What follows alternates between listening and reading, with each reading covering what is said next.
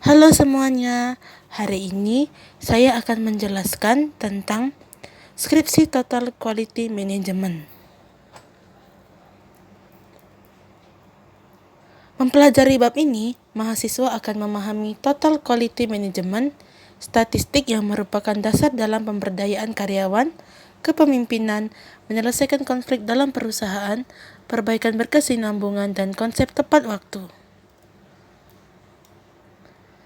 Pendahuluannya adalah proses pembuatan produk dengan derajat ketelitian yang tinggi terhadap standar akan dapat mengurangi tingkat kerusakan produk dan akan berdampak pada penurunan biaya. Kekalahan Jepang pada Perang Dunia II membangkitkan budaya Jepang dalam membangun sistem kualitas modern. Hadirnya pakar kualitas W. Edward Deming di Jepang pada tahun 1950 membuat para ilmuwan dan insinyur Jepang lebih bersemangat dalam membangun dan memperbaiki sistem kualitas. Keberhasilan cukup pesat, perusahaan Jepang menjadikan pusat perhatian perusahaan yang lainnya. Perusahaan kelas dunia kemudian mempelajari apa yang diraih oleh perusahaan Jepang dalam mengembangkan konsep kualitas. Hasil studi perusahaan ini menunjukkan bahwa Jepang menerapkan Total Quality Management.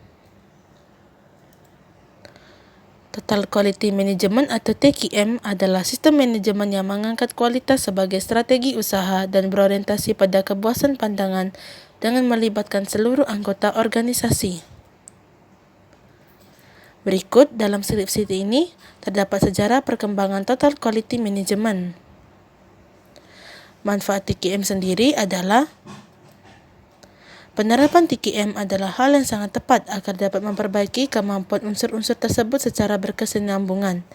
Penerapan TQM dapat memberikan beberapa manfaat utama, pada akhirnya dapat meningkatkan laba dan meningkatkan daya saing perusahaan. Manfaat TQM oleh PAL digambarkan sebagai berikut. Di sini juga terdapat prinsip dan unsur TQM. Faktor penghambat TQM antara lain kepemimpinan dan pendelegasian yang tidak baik, kerjasama tim yang kurang serasi, proses penyebarluasan, penggunaan pendekatan yang terbatas, harapan yang terlalu berlebihan dan tidak realistis. Konsep mengenai pelanggan. Dalam konsep tradisional, pelanggan adalah orang yang membeli dan memakai produk suatu organisasi atau perusahaan. Gambar di bawah ini menunjukkan pandangan tradisional terhadap hubungan pemasok dengan pelanggan.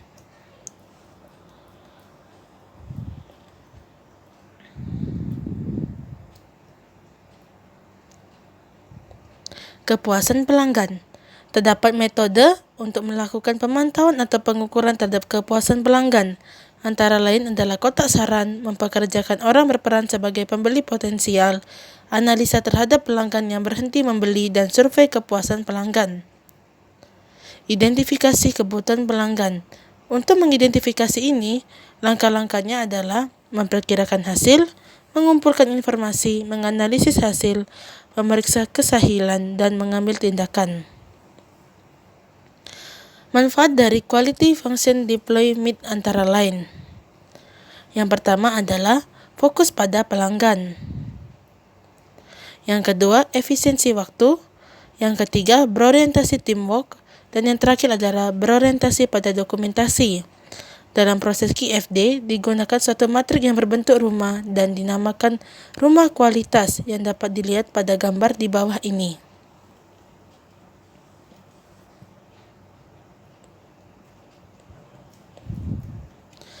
Pemberdayaan karyawan. Pemberdayaan dapat diartikan sebagai pelibatan karyawan dalam suatu proses pembuat keputusan dan pemecahan masalah. Metode pemberdayaan karyawan dapat diuraikan sebagai berikut. Yang pertama adalah brainstorming, nominal group technique, gugus kualitas, kotak saran, manajemen by walking around. Faktor penghambat pemberdayaan karyawan. Faktor itu sendiri adalah hambatan dari manajemen dan hambatan dari karyawan dan serikat pekerja. Penghargaan prestasi kerja. Penghargaan dibedakan menjadi dua, yang dapat dinilai dalam bentuk uang ataupun barang, seperti bonus, uang, liburan, dan sebagainya, ataupun hanya pengakuan yang biasanya seperti terima kasih, piagam, medali, dan sebagainya. Pengembangan karyawan. Tujuan ini adalah untuk memperbaiki efektivitas kerja karyawan dalam mencapai hasil kerja yang telah ditetapkan. Metode latihan operasional adalah on-the-job training, vestibular school, magang, kursus-kursus khusus. Kepemimpinan. Kepemimpinan adalah kemampuan untuk mempengaruhi motivasi atau kompetensi individu-individu lainnya dalam suatu kelompok. Gaya kepemimpinan dibagi menjadi 3. Yang pertama adalah autokratis, partisipatif, dan the free rein leader. Kerja sama tim. Keikutsertaan dan keterlibatan serta dukungan positif dari seluruh karyawan dan semua pihak yang berkepentingan sangat diharapkan untuk melakukan peningkatan mutu. Lalu pada skripsi ini juga terdapat aspek-aspek penghambat kesuksesan kerjasama tim dan konflik dalam perusahaan.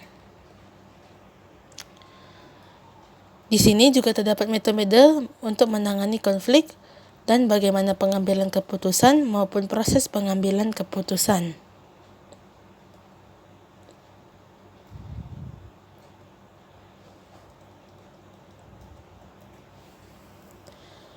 Pada dasarnya, keputusan mempunyai 2 jenis, yaitu keputusan yang diprogram, keputusan yang tidak diprogram. Metode pemecahan masalah dibagi menjadi 2, yaitu siklus Deming dan metode Perry Johnson.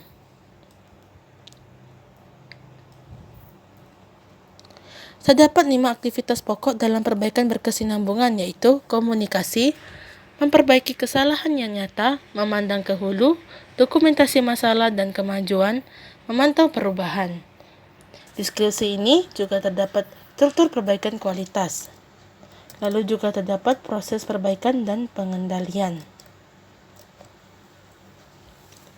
Konsep tepat waktu. Perusahaan dengan konsep tepat waktu akan selalu meningkatkan kemampuan perusahaan secara terus-menerus untuk merespon perubahan dengan meminimalisasi pemborosan.